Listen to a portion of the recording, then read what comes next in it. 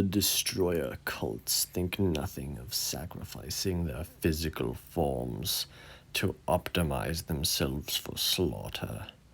Lokhust heavy destroyers skim to battle upon repulsor sled bodies, their upper limbs bound into ghost destructors or adminic exterminators, with which they decimate their foes with devastating blasts from afar.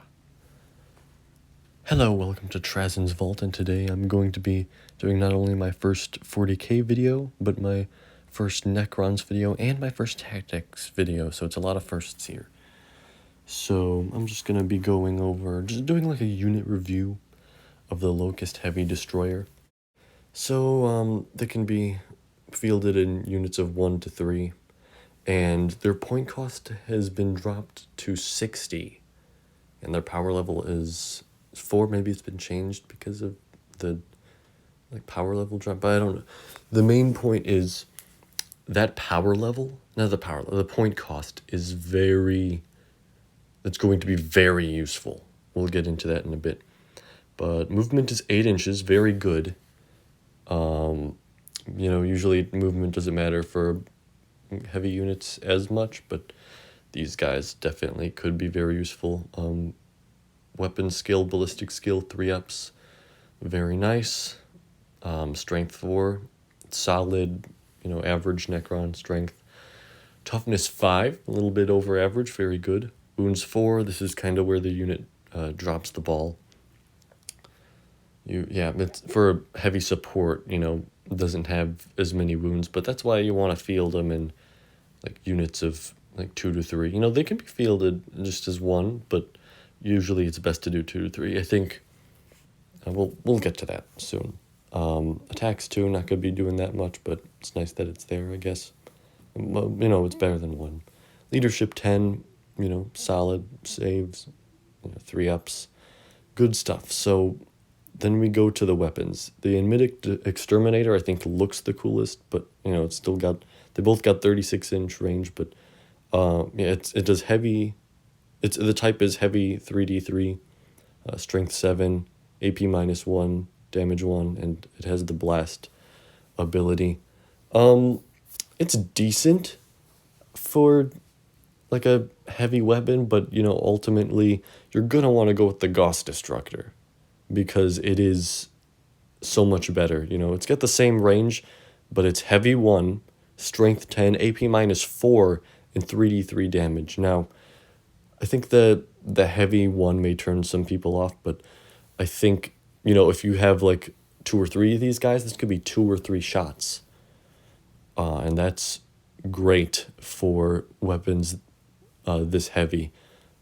And, again, that point cost. 2 of these guys is 120 points. That's less than a Canoptech Doomstalker. Now, individually, I think the Doomstalker and the Doomsday Arc would be better than a Lokhust Heavy Destroyer individually, but if we're talking units, you're gonna get your points worth with these guys. They may die a bit faster, but that's why you want to have guys like Cryptex around to buff them. So abilities, living metal, reanimation protocols, command protocols, all the stuff that most Necron units have, good things. Repulsor platform is very beneficial. That's gonna allow the destroyers to move and shoot. For a heavy unit, that's fantastic. These guys, let's look at. We got one more ability here. Hardwired for destruction. You get to re-roll hit rolls of 1. A lot of units have that ability, but this one, that's going to be very helpful for your heavy 1 weapon type. So overall, I think, this unit didn't start out too well. It didn't get the best reception when it was initially released, but I think people have really grown to like it. I know I certainly have. And it's what I like to call a tank buster. It's basically an anti-tank, but I think tank buster sounds catchier. And a tank buster in my eyes doesn't necessarily have to be a heavy support unit, because not every heavy support unit can take out a tank. I mean, just take the enemy exterminator, that might not happen. But you take just the weapon change is what can change this unit into a tank buster. A few shots and there goes the Lehman Russ in one turn. And yeah, it can do really good. And if you want to take the enemy exterminator, that's totally fine. But I think Necron warriors just do a way better job of that weapon. And it makes it kind of redundant. So Gauss Destructor all the way for me. And yeah, it's great to have a unit of tank busters.